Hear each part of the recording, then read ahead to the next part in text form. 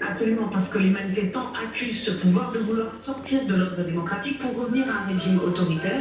Non à la dictature, c'était l'un des principaux mots d'ordre scandés à Port-au-Prince et aussi dans plusieurs villes de province. Le cortège était impressionnant dans la capitale. Beaucoup de manifestants brandissaient des petits drapeaux haïtiens. Certains tenaient aussi en main un exemplaire de la Constitution, un symbole auquel ils tiennent. Et par ce geste, les opposants à Jovenel Moïse martèlent que son mandat présidentiel est terminé depuis le 7 février, ce que lui conteste en avançant, comme vous l'avez dit, qu'il ne doit, lui, quitter le pouvoir que le 7 février 2022.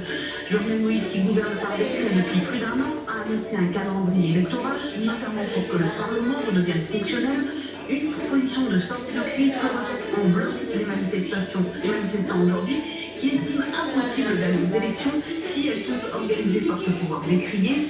Au-delà finalement de la stricte politique, la principale revendication des manifestants aujourd'hui a été de pouvoir vivre. Ils dénoncent les enlèvements contre rançon qui sont commis chaque jour par les gangs armés en toute impunité, car aucun de ces criminels n'a encore été arrêté, alors que les victimes se comptent par dizaines, et que juste avant que cette marche ne commence aujourd'hui, cette criminalité justement a fait une nouvelle victime. Le docteur Ernst Sadi était un pédiatre très connu et très apprécié dans le pays.